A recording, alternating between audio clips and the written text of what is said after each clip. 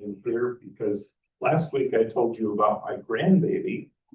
On Tuesday of this week, I had a new grandnephew. Oh, named Leo Thomas. Thomas after his grandfather. So we were very excited to have a new presence in our family. Any other happy bucks today? Yes. Yes. On the 13th of this month, I celebrate 29 years of heart transplantation from the Mayo Clinic.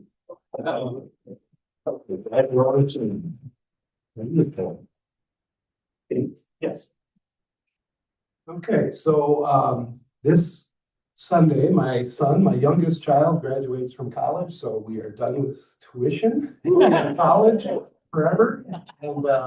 And the week after that, we move into Madison, where he starts his new job. So that's exciting. And then the week after that, we're going to Lambeau Field, which maybe is not as happy for everybody else. Well, big milestones, and although I'm not a Packers fan, my trip to Lambeau Field was memorable. I had one of the Viking horns, and this was a playoff game. And after the first touchdown, I blew my horn, and nobody could hear it. After the second touchdown, I blew it again. This time the crowd was starting to quiet down.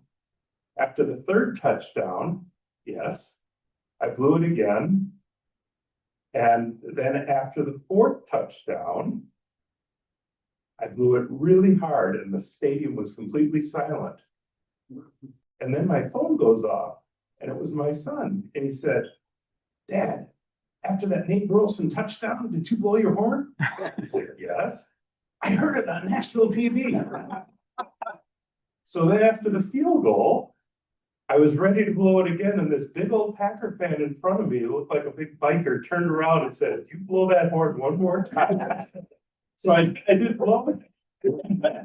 Oh, here's Ellie. I can't top that. I'm putting in $5. Our grandson just got admitted to McAllister College, which was his first choice. So I think about people, seeing their family change over time. We're just really thrilled for him. He gets to get to this stage in life. Congratulations, and that's a great school. Anybody else? Yes, Asha. Oh, So the first thing is my birthday. So I turned 63. I had a celebration at work recognizing 30 years at Mayo for staff position. And yesterday was Nobel Peace Prize Day. And Rotary's commitment to peace as foundational to sustainable development at all levels. And just a reminder how compassion, peace, and health in this community really make it thriving and flourishing. So thank you. Congratulations. And you just covered half of your goal, buddy. I'm serious. well, that's for the name. That's for the name, guys. Whatever. My happy bucks are, first off, our oldest grandson Jacob has his first job at Hy-Vee on West Circle Drive, age 16. And my son Matt, his wife Emily, and their 2 kids are flying back to America a week from today from Thailand for the holidays. So we're really excited. Thank you. Wonderful. Have a Merry Christmas. Anybody else? Wow. And we had $12 that was contributed By the extra dollar. by the extra dollar. Yep. All right, well, thanks, everybody.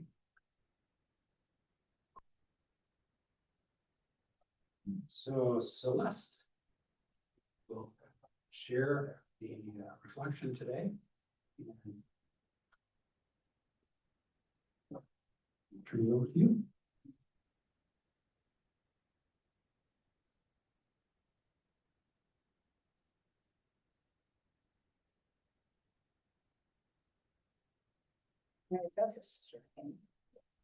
Can you hear me? Absolutely. All right, very good.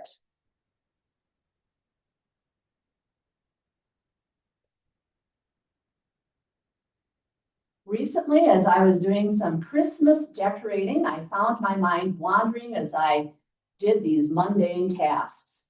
For one thing, I was wondering what I would say as I gave the reflection at our upcoming Rotary meeting, which is happening right now.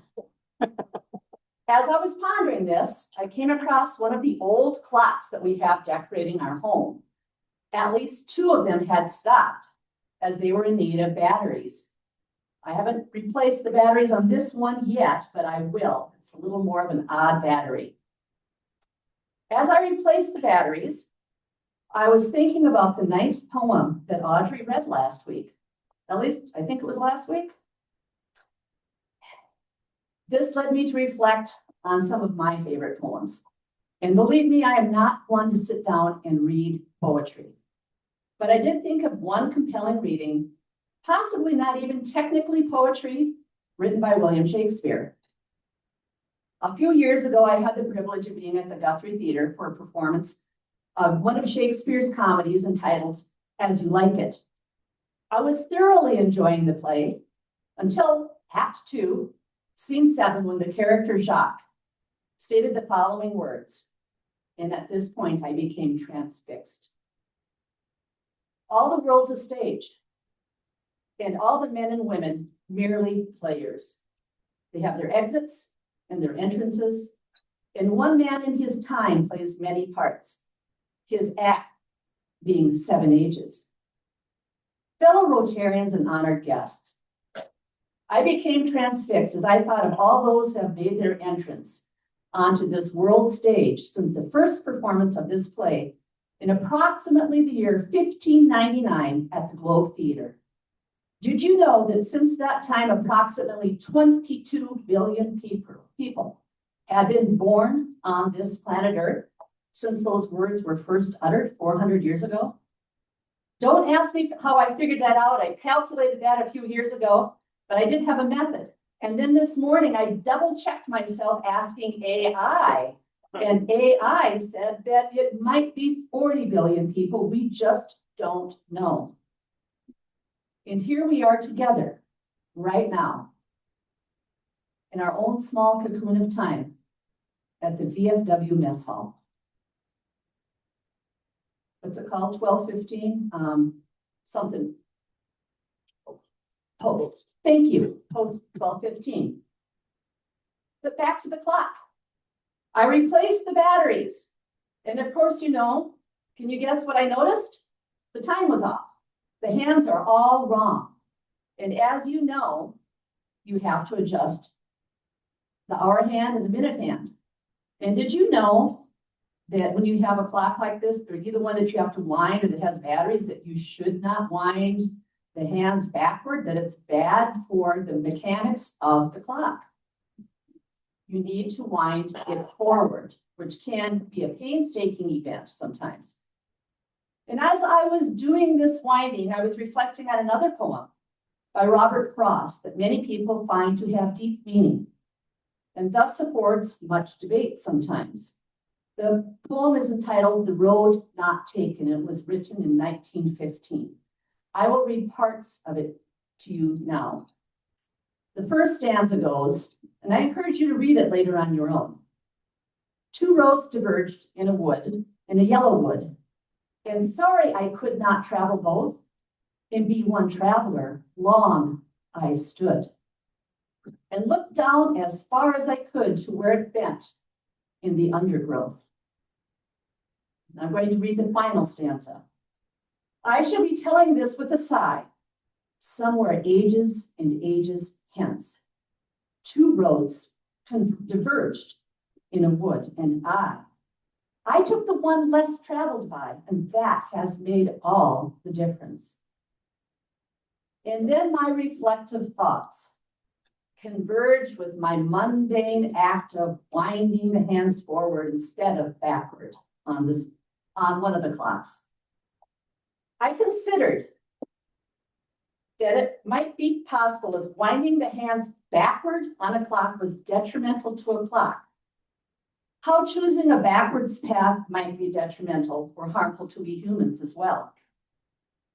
I'll say that again.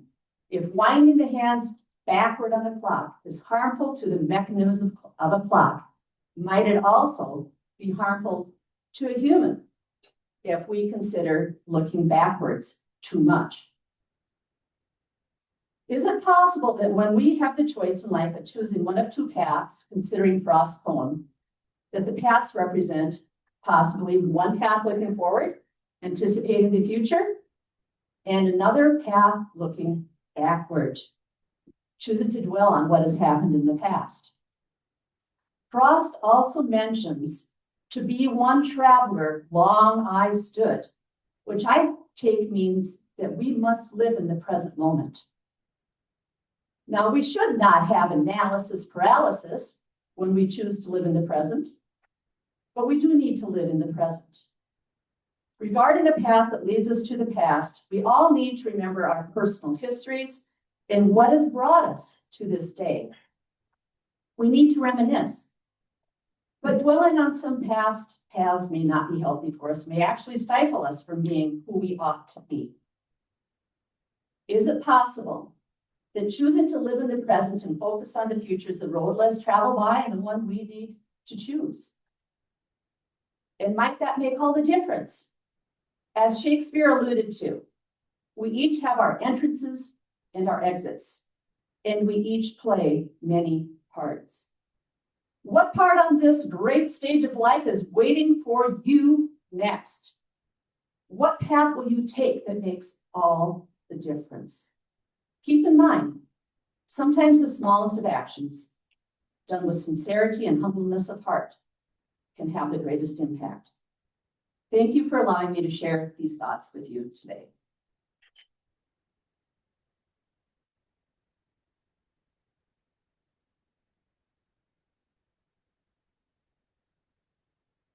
Thank you very much, Celeste, for that wonderful reflection.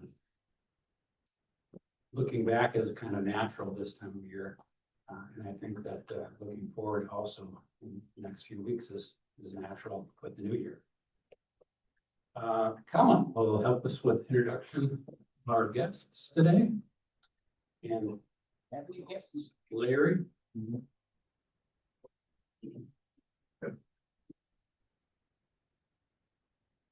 Seeing you're the only guest, I'll hand you the speaker. 30 seconds. Glad to be here, glad to be anywhere. Thank you. Larry, you want to share a little bit about your plan? I think that was interesting. Okay, I sold my house on the 7th of November and I have paid to get a 30-day extension to move out. So I move out the 30th of December. My plan tentatively, and it's subject to change, I plan to visit national parks and presidential libraries. As I tell this plan to my friends and relatives, don't you think you're a little old for that? So, and then the weather changes, so that makes you more hesitant to strike out. So the plan at the end of this month is to start going south. And that's why I tell them I'm going south, so I won't be running into any adverse weather. So hopefully my first stop will be Wichita, Kansas, and then Dallas, Texas at the George Bush Presidential Library. And then I'll work my way south and around California. So I think my time is up now. Great. Larry, welcome. Thank you so much. Thanks, Larry. And I think heading south is a fantastic idea. Yeah, and I think maybe hopefully Larry will make it back to Rochester. That interesting story and journey, and make a great program for presentation to Rotary. He did say he's going to visit Rotary clubs along the way too. Larry, I think Colin was referring to go all the way south to New Zealand.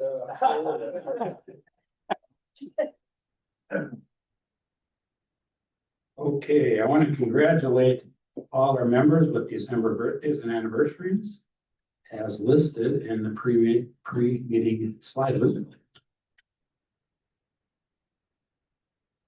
Are there any announcements today that haven't already mentioned it to me? Asha?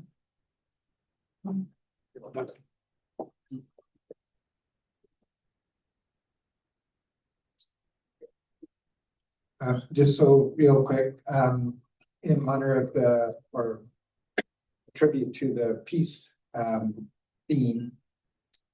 There's a program that David Gershon has been doing since 1980 or 1986. That's getting a lot of traction at the international level. It's called Peace on Earth Gaming by 2030. And I've taken the classes to then be able to moderate 9 45-minute sessions with our club. I'm going to bring it up to our board to consider, and it doesn't have to be done as part of our weekly meetings. We'll schedule it for but 9 sessions to make us build capacity for achieving peace on earth hopefully before 2030. Great, we'll look forward to more of that and I'll present that to the board. You talk about the Christmas program? I'll be sending around the sandwich shake, and you know the drill.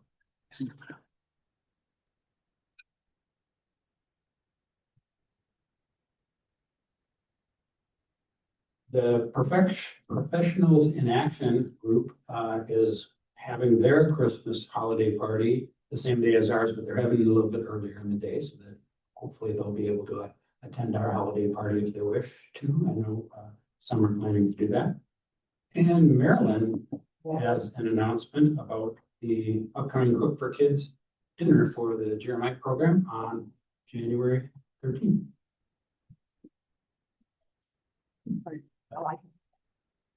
So yes, I can't believe that it's already coming up, like in less than 5 weeks.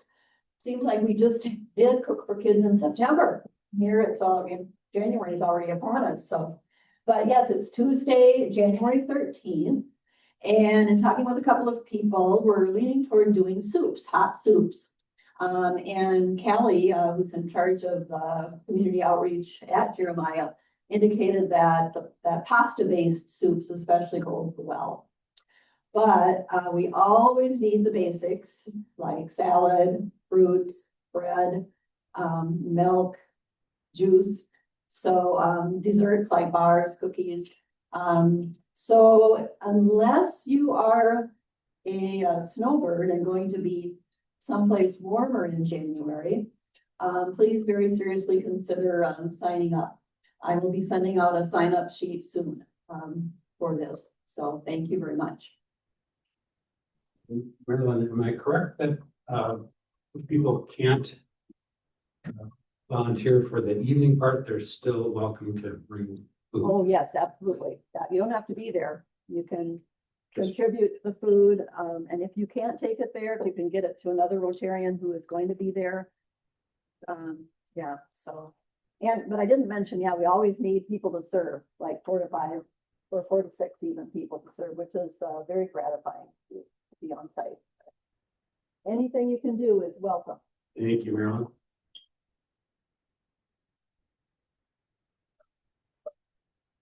Tuesday morning, Mayor Norton unveiled the Amelia Weatherstein statue on the southeast corner of Central Park.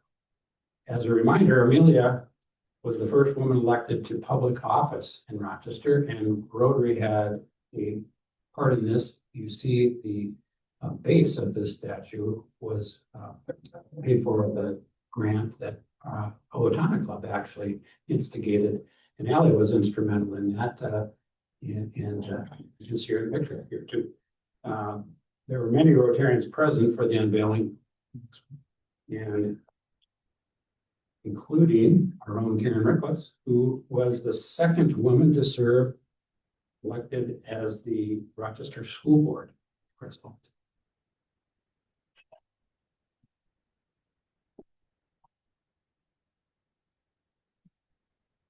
Well, I'm looking for some help. It's a quieter bell. Ushock's ringing the quiet bell over there, but I'm looking for some help for Saturday. And there are 4 of us signed up so far. Allie and I are gonna start the day off at 9 below, which is also gonna be at 9 a.m. And I think Bill's coming in at 11. Fred's coming in at 1, but it's not supposed to get above 0, and it's gonna be very cold. So Larry, if you're still in town, we're going to Walmart North Market Door. You can ring with us, put your warm clothes on before you go south. We only have 2 weekends left, this weekend and the following weekend, both outdoors. They're both Mayo Clinic match, $50,000 match. So, with it being cold this weekend, that could deter some bells to be unattended.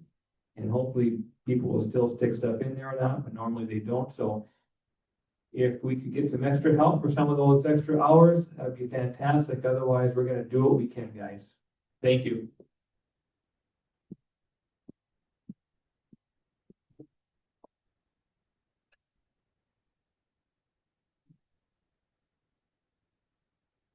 The holiday party will be here at the VFW on December 18th from 5:30 to 6:30 is a social hour, and 6:30 and on is dinner. We have quite a good sign up already right now. I think we're over 40. I'm gonna say it's 41 or 42. The sign up though deadline is today. So if there's any of you that are having second thoughts or want to do it, hopefully get your registration in before the end of the day today. I think maybe we could twist an arm for this tomorrow, but we will also have the speaker, Father Nick Kappa is going to be speaking, and he's a motivational speaker. Before I introduce our speaker, or before Colin introduces our speaker, I would like to mention that we are continuing to make progress on the planning and the details for our next big fundraiser next year. As you know, it is a bike ride, and it will be during the last day of Rochester Fest on June 27th. That's parade day. So save that date. We will need everyone to pitch in some way to support this effort and make it a success, hopefully for years to come, and hopefully to duplicate the success that we've had with the holiday basketball tournament. You can start by helping with suggestions for a standout name for this ride. And currently we have a working name, but it's subject to change depending on your suggestions. And the working name we have right now is not bad, I think. Rochester Rotary Ramble. And this will be the name unless we get some other catchy creative suggestion from one of you. So please email me or any board member with your ideas and go through those. Alan would like to introduce our speaker today.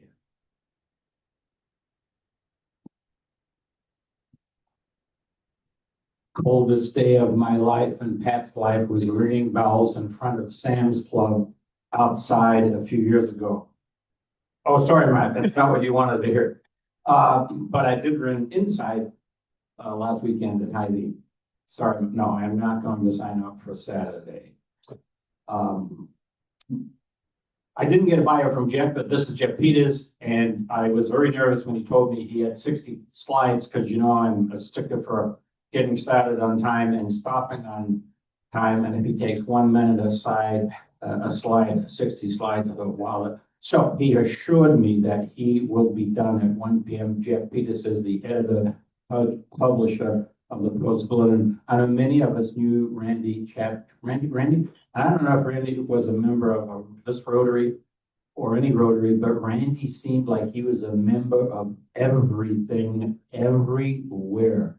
And full disclosure, I do get the Post Bulletin, and I still read it, a physical copy, and Pat read the e-copy. So welcome, Jeff Pieters.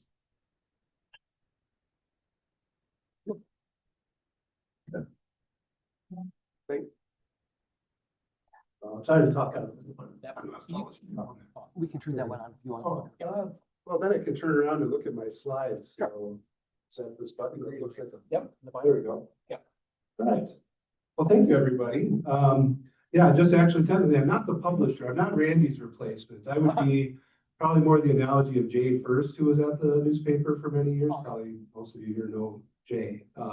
And Steve Lang is the general manager, and he probably is more the equation for Randy. And Steve actually is speaking to a student group at RCTC right now. So we're both out in the community, and that's something that's been really important to us this year. Because as this turns out, and that the reflection today was almost perfect for this presentation that I've given, because we spent this year looking backwards a lot. I would say, you know, probably what's more typical for us in the newspaper business is to look at what's happening now, first of all. There's always that next deadline, there's always that breaking story. Then we look towards the future and we're making our plans for what we're going to do. We don't generally look backwards too much, but this is the 100th anniversary of the Post Bulletin, having been formed from a couple of different newspaper properties that existed prior to 100 years ago. And I'm going to just maybe just tell you a little bit about that history in this presentation here. And it is 60 slides, full disclosure, but some of them are really short. I'm not reading a lot. So we'll start though. I don't want to be accused of burying the lead. So I want to start with who we are today. We'll kind of circle back and talk a little bit about the current state of the Post Bulletin. But just some important points that I always like to emphasize. Number one, the Post Bulletin is profitable. That's you know, it's been tough sledding for the newspaper industry in recent years. Really, basically for my entire career. I like to think of that as being just a coincidence, but we are a profitable business. We are a growing business. We have 1,300, give or take, well, 1,344 net new digital subscribers last year. That was our second straight year with some really strong growth on that side of things.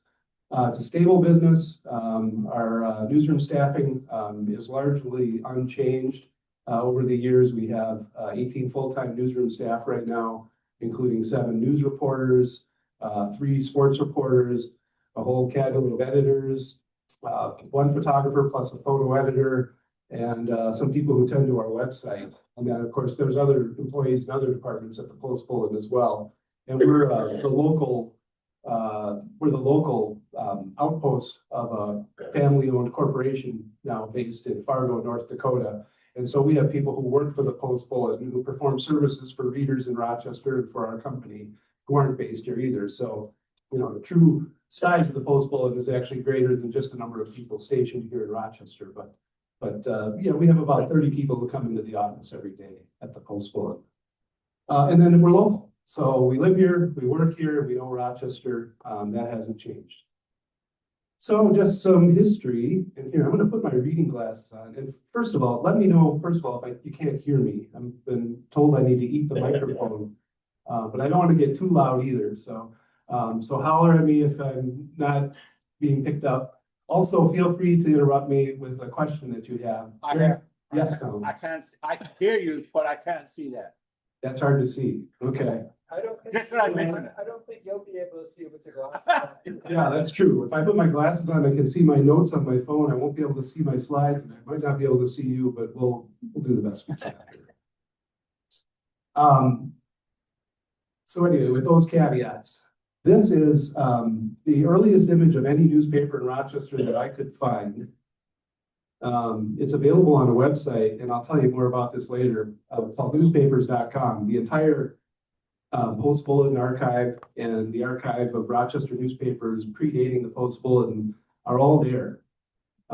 It's amazing. It's an amazing service. I'll tell you more about it later, but this is from 1868, which is actually 12 years after the first newspaper started in Olmsted County. The first newspaper in Olmsted County was 1856, and it was not in Rochester, it was in Orinoco, of all places. Does that say the Federal Union? And that says the Federal Union, yeah. There were, so that if that was 1868, I'm guessing that name probably dates from the Civil War time and reflects their position on the war. Next slide. So the Daily Post did get its start 9 years before that paper. So I don't have any papers really from prior to 1868, but the Daily Post started in 1859, really just 5 years after the city was founded. It was also one of the first newspapers published in the whole state. The Minneapolis Tribune, which we know today as the Star Tribune, they didn't actually start publishing until 1867. And that image you saw is a paper from 1899. So these were the founders and first owners of the paper, David Blakely and his brother Cyrene Blakely. They came here from Austin. In Austin, they had been publishing a newspaper called the Minnesota Mirror.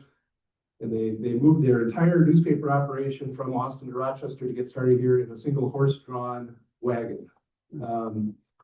Let me see, we'll skip over some of these notes. Cyrene actually left the newspaper to fight in the Civil War. He joined the 3rd Minnesota Volunteers. And the Rochester City Post circulated until it was sold. Let's see, that's probably on the next slide. Yeah, sold to the Leonard and Booth firm in late 1865. Joseph Leonard was known, actually, he published a history of Homestead County that you can find at the public library. So, let's see, I wasn't able to find a picture of the next owner, David Blakely, but that building is the Blakely building. Oh, that's what. Yeah. There was a recent photo of it in less happy times. But yeah, and it's the oldest brick building in Rochester. So kind of a piece of trivia. Next slide. Oh, no, I didn't have the brick. Okay. What was that building? My notes are missing something here. Anyway, so those are the Blakeleys, Clarence and Amherst. They were, I think they were brothers as well. Boy, these notes I have are bad. It looks like Clarence is the son, actually. Clarence is the son of Amherst. And next slide.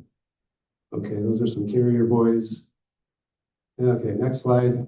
Okay, I guess I told you everything I have about the Post. Sorry, this was a lot more top of mind last time I did this presentation.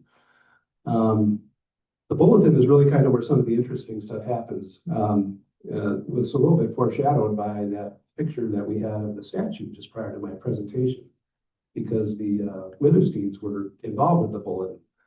But the Daily Bulletin got it started a little later than the Post. It was 1886. It was initially called the Rochester Democrat. 5 years later, it became the Daily Bulletin. It became, in 1891, when it became the Daily Bulletin, it was the first daily newspaper in Rochester. And its founders were Cyrus Elliott and his son Charles. There was an editor who came on the scene and worked for those guys initially, and then he became the owner of the paper at one point. That was, he joined in 1895. He took ownership after 15 years on the staff. His home was on the place where the Mayo Hilton building now stands. And he sold the paper and moved to LA in 1912. He was a Rochester native. He served on the library board. I couldn't find a photo of him, but it's amazing because if you ever look this person up in the historical record, he was, I don't know, the belle of the ball in Rochester. Everything that I saw about him, he was kind of a sparkling personality and everybody loved him. It says in this clip that I have on this slide that you can't see, he was perhaps the most outstanding personality in all the history of Rochester newspaperdom. So, yeah, so I wish I knew more about him. Actually, it's become a little bit of a passion project to find out more, and my friends at the History Center don't even know much about this guy. So we'll see what we can find out here in the coming year. In fact, he was such a person, and I don't want to necessarily seed you with any ideas, but when it was the editor's birthday, he spoke to a local club, and they gave him a gold-handled umbrella. So that's what this clip was. So Christmas is coming up. 1912, there were some new buyers. They had the paper for just 4 years. It was Allen Furlow and Gregory Getling. Actually, Furlow, after selling the Post Bulletin years later, became a member of Congress. And the other fellow, Getling, organized and started up KROC. But the buyer in 1916 is a name that I'm sure just about everybody here is familiar with, the Withers family. That's Glenn Withers right there. It really brings back memories. And obviously this predates me by many, many, many years, but I recognize exactly where that photo was taken in the old PB building. Glenn Withers, the family, and that was the Witherstein. I believe Amelia was Glenn's mother or wife. Does somebody here know that fact? I don't remember now. I meant to look that up before I came because I felt like that was going to come up. They had their own cute carrier boys. I imagine there were snowball fights. Let's see, that is the Articles of Incorporation for the merger. I don't know how that slide got in that position there, but let's go to the next slide. Okay, there's the first front page of the Post Bulletin that came out on March 30th, 1925. Let me apologize for how these slides have gotten. I must have deleted some by accident, but the terms of the merger. So what happened? The Post and the Bulletin were competing newspapers in Rochester up until that time. They merged basically in what amounted to sort of a very informal handshake type of deal. It was a 50-50. So the people who were principal owners of the two papers, they just realized benefits of the merger equally. The Bulletin side kind of took over the management side of it. So that's how the Withers became the principal family of the Post Bulletin.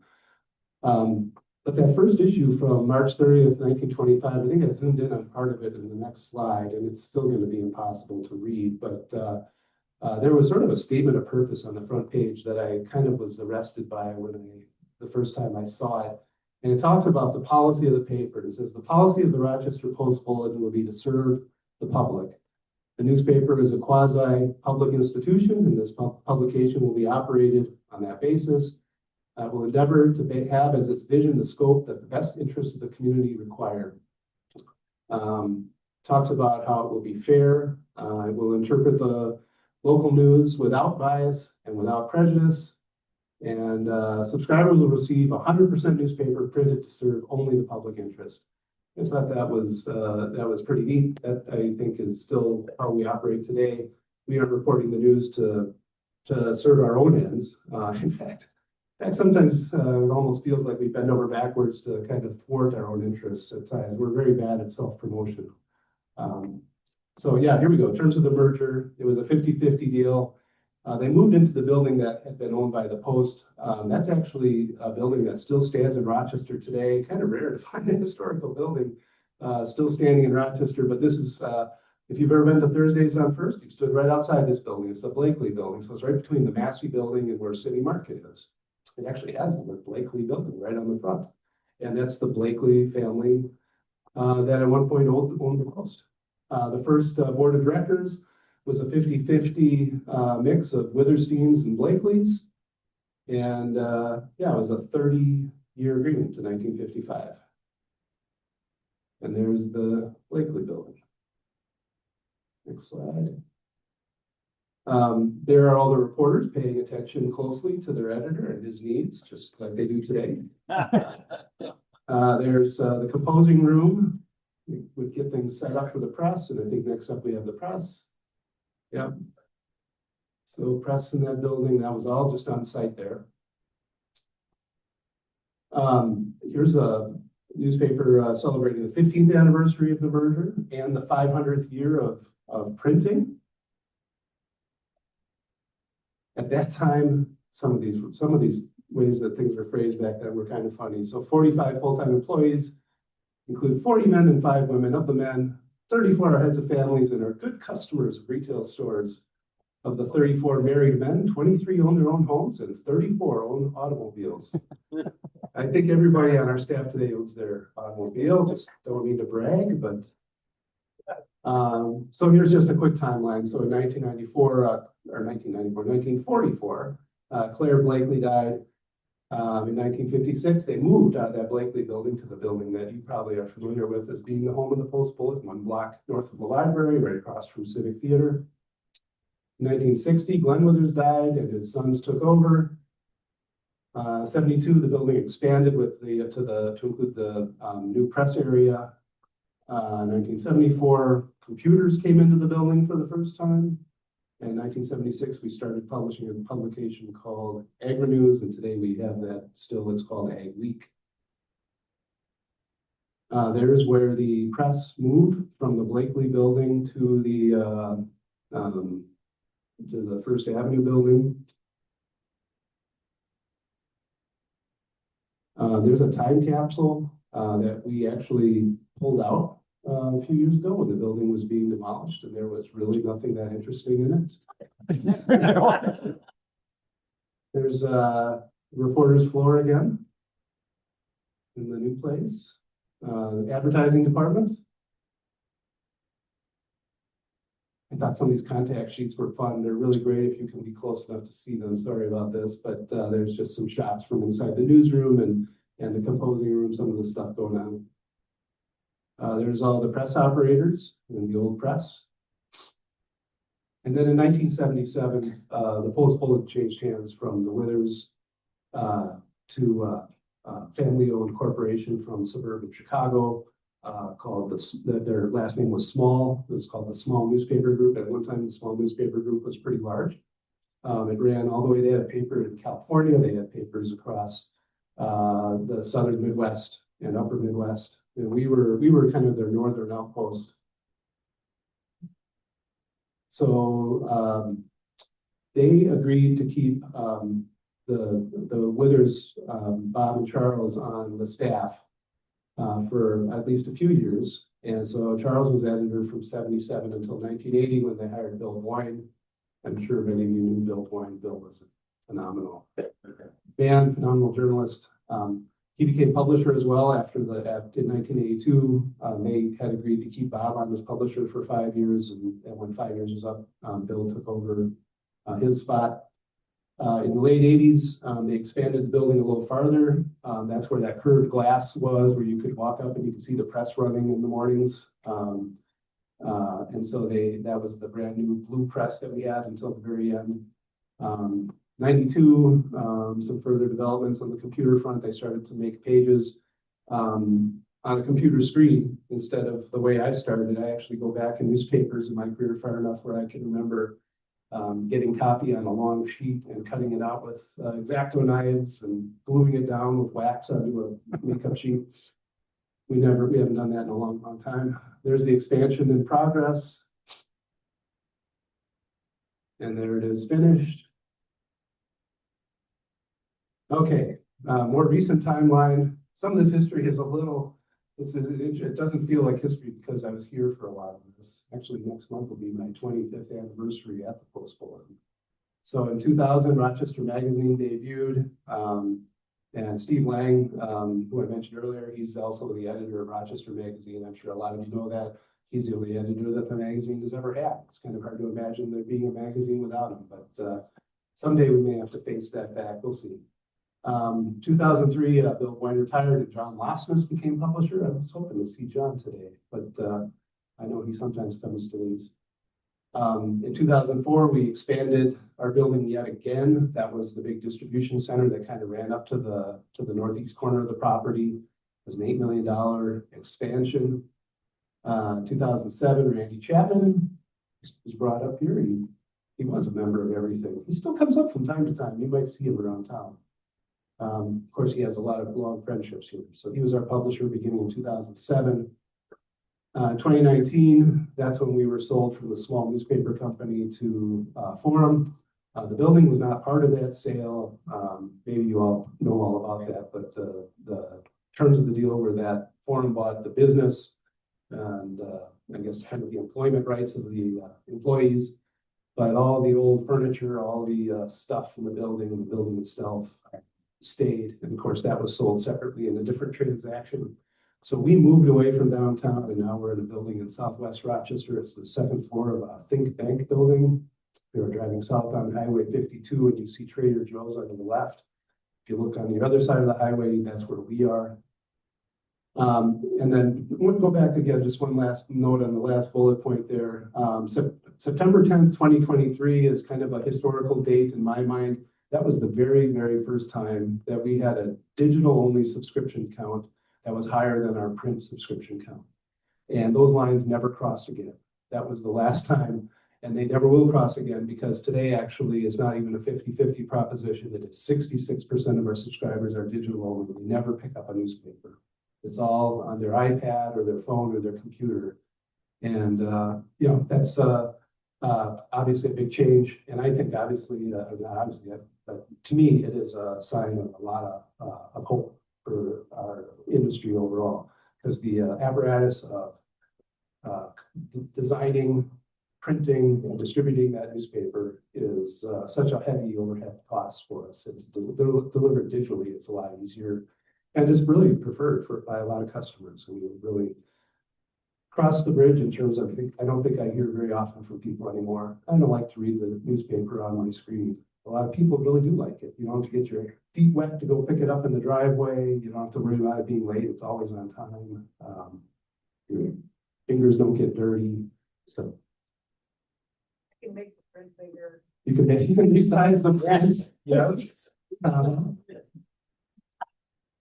So yeah, this was the front page, the day that we were sold. That was exciting morning.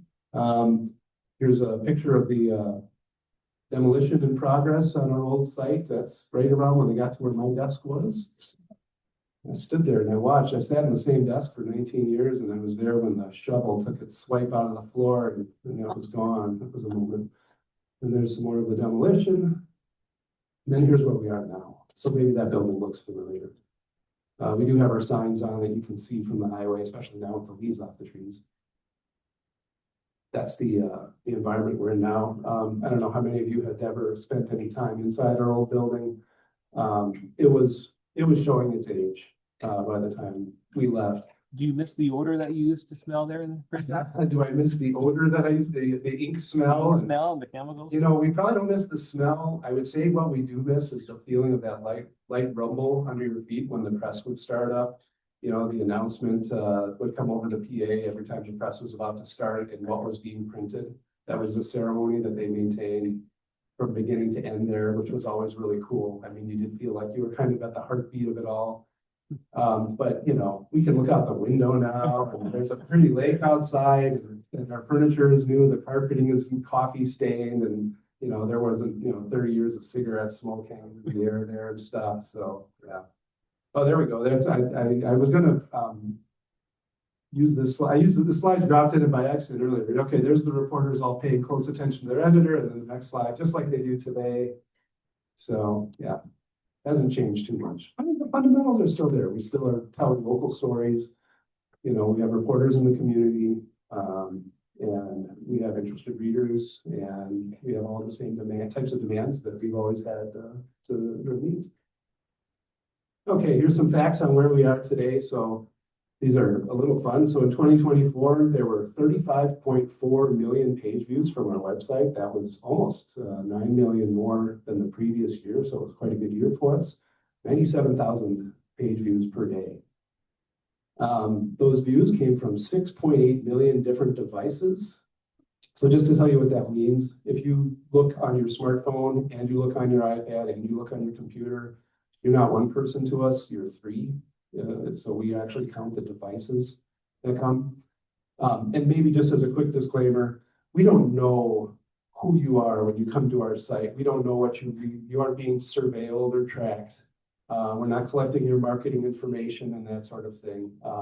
You know, all of the stats that we really have are large, big aggregated numbers that help us measure how successful we are.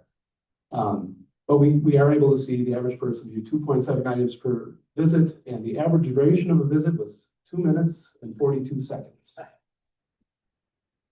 We posted 7,438 stories. That's 4,000 from our own staff and regular contributors, and then a few thousand more that came from wire services and other newspapers and things.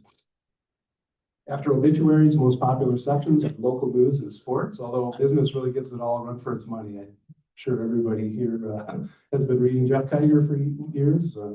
He's our most popular writer by far. Largest newsroom in the state with, that says 19, it should say 18 full-time employees. We have one vacant position that we're waiting to refill, and we'll be back at 19. Several more regular contributors, of course, people who write for us who aren't part of our staff, freelancers. Well, John Weiss, until just this last weekend when he retired, he was one. Holly Evil, who writes about food, is one. Yeah, all sorts of different freelancers who work for us. And then just this last year, it's almost a year ago now, we won the most ever, which maybe is a sign that there's fewer newspapers in the state, but we'll just take it. We had 37 individual and team awards at the Minnesota Newspaper Association Annual Convention.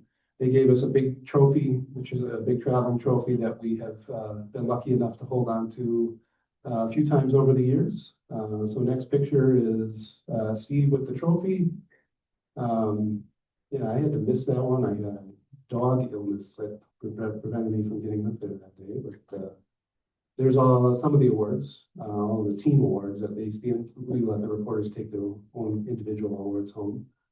Okay, we did for the 100th anniversary, and back in March, if you missed it, we did 100 stories from the past, from the Post Bulletin. It was a big special section. It was a special section. It was a 4 or 6 page section. It still lives on our website. Actually, if you look at it on the website, you can see the full length of it because we had to trim it, kind of cram it into the pages that we had available. But there is the web address. We can go back to this if anybody wants to copy that down later. But that was kind of a fun thing to put together. Here's some information on newspapers.com. That's part of ancestry.com. If anybody's ever used Ancestry, newspapers.com is one of the services they offer. We actually get like a sliver of a penny every time you use it to look at the Post Bulletin, so we encourage it. But really, for revenue aside, it is amazing. If you go in there and you search for any name you want, it pulls it up almost instantly. It's able to optically read the images of these newspaper pages, and if you're a researcher, this is indispensable, and it's really game-changing. It's very fun. At lunchtime, I'll just sit and I'll pull up the newspaper from today's date in 1953 or something and just see what was going on. It's kind of fun to do. Okay, what's the future of newspapers? There's many challenges, as I'm sure you know. So there's record low distrust in media. Last survey I saw said 69% of people distrust the media. I think to a large extent that's talking about national media and not really so much people like us who are covering local institutions and are familiar to you. But nevertheless, it is part of the pool that we're in. We're tapping against that current. There's more barriers, hostility, and indifference to press access and press freedoms than there have ever been before that I've seen. Social media creates bubbles of reality. Everybody, you see who your friends are, and you don't get to see a full range of people's views and news. There's more competition from free sources. People maybe aren't always willing to pay for news. I hear this all the time. People can't understand why we would charge you to look at our website. 30 years ago, we didn't have a website. If you wanted to read the newspaper, you had to buy the newspaper. I don't understand what the disconnect is, but that's there. AI and deepfakes, that all kind of cast doubt on what we do. And then, and here's one that maybe you might not think of too much. I think of this a lot. Reporters never have been paid a lot. But I do feel as though it really impedes keeping people and to bring good people into the industry in the first place. And I think even for people who are in this industry and the pay structures that we have, you maybe don't get to have some of the sort of life experiences that you have if you're in another industry. And so maybe you never really understand how a mortgage works because you never bought a house, things like that. So those are the bad things. Yes, Colin. You got 2 2 minutes. minutes, we're right about the end. All right. So there's also great opportunities. We have more powerful tools to work with than we've ever had before. We can get the news out with greater immediacy. You don't have to wait for the next day's paper to come out. You can see it right away.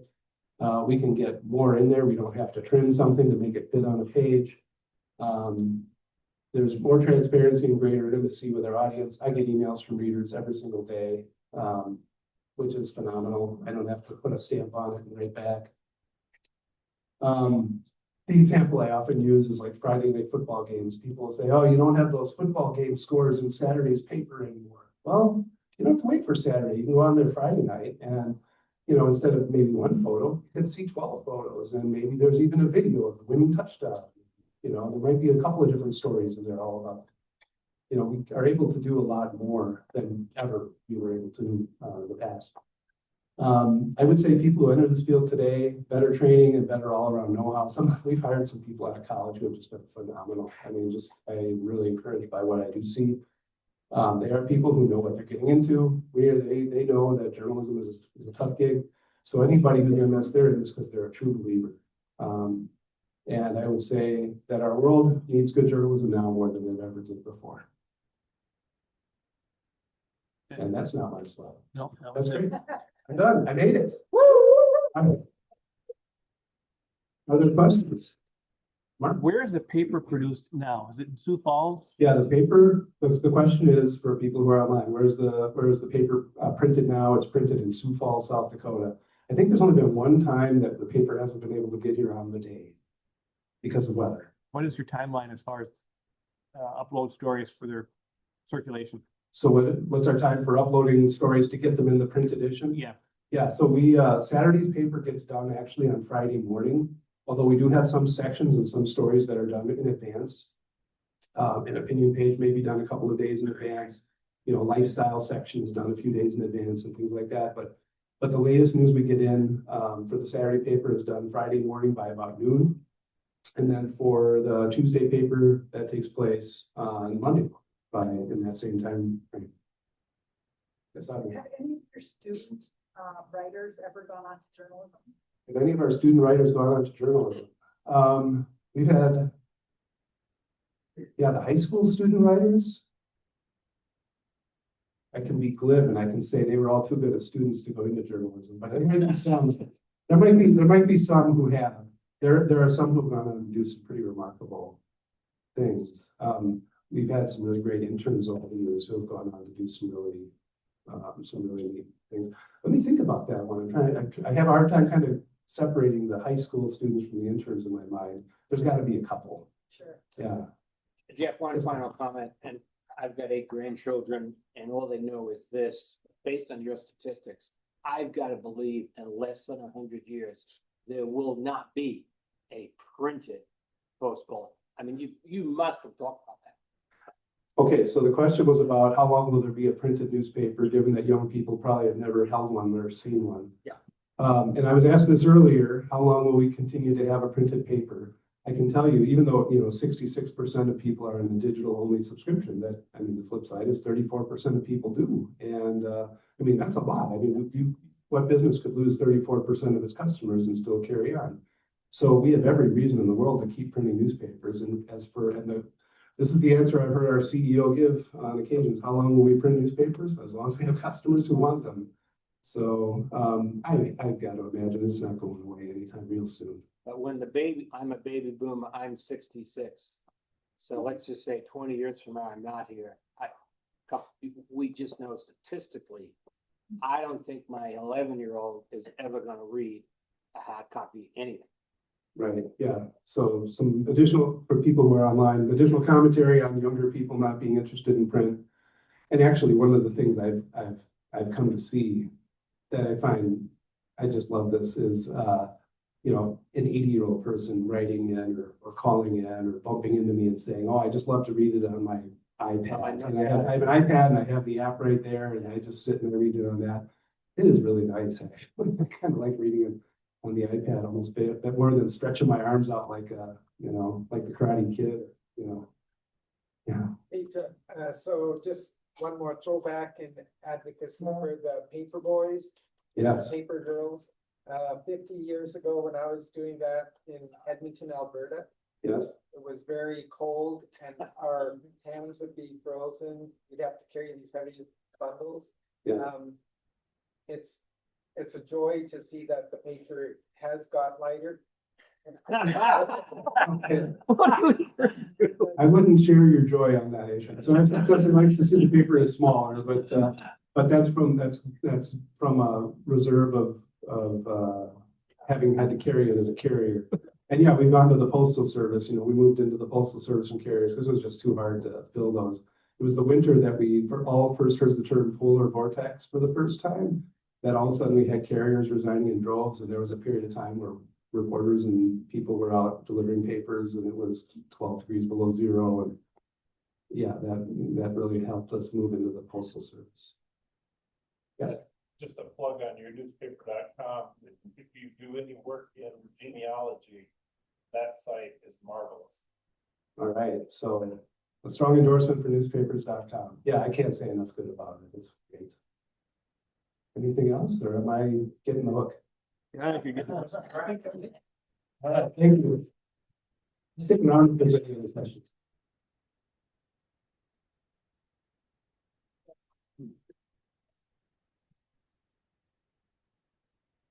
Thank you so much, Jeff, for your wonderful presentation. And thanks for your presentation today.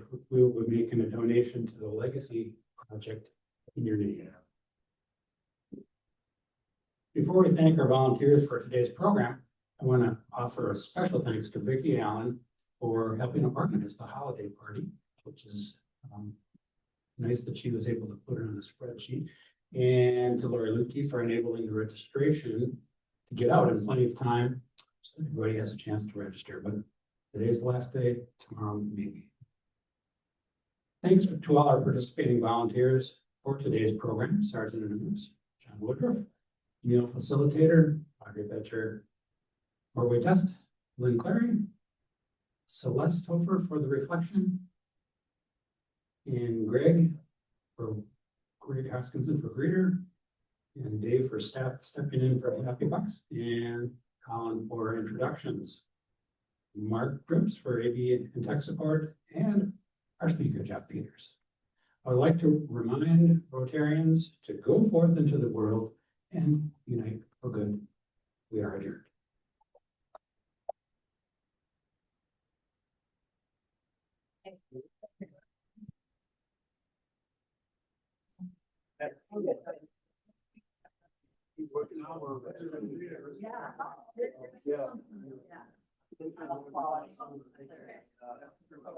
So they offered him a job.